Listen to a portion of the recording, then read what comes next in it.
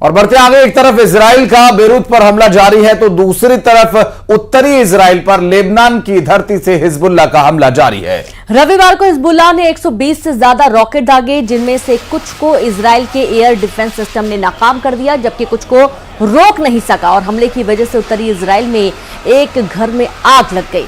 7 अक्टूबर 2023 को जब हमास ने इजराइल पर हमला किया था और जवाब में इजराइल ने गाजा में बारूद बरसाना शुरू किया था, तभी से लेबनान में मौजूद हिजबुल्लाह के ठिकानों से रॉकेट के हमले किए जा रहे हैं।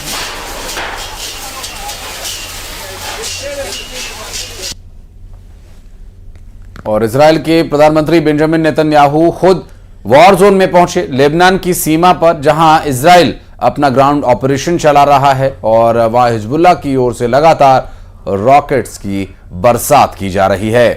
तो वहीं नेतन्याहू ने अपनी सेना की उत्तरी कमान के जवानों से मिलने पहुंची और उनके साथ लेबनान में हिजबुल्लाह के खिलाफ चल रहे ऑपरेशन पर चर्चा की। और जब नेतन्याहू लेबनान की सीमा पर मिलिट्री जोन में पहुंचे थे, उससे ठीक पहले इजराइल की वायुसेना ने बेरूत में बहुत भारी हमला किया था। और इसी के साथ की कड़ खबरों में फिलहाल इतना ही। आप बने रहिए हमारे साथ। नमस्कार।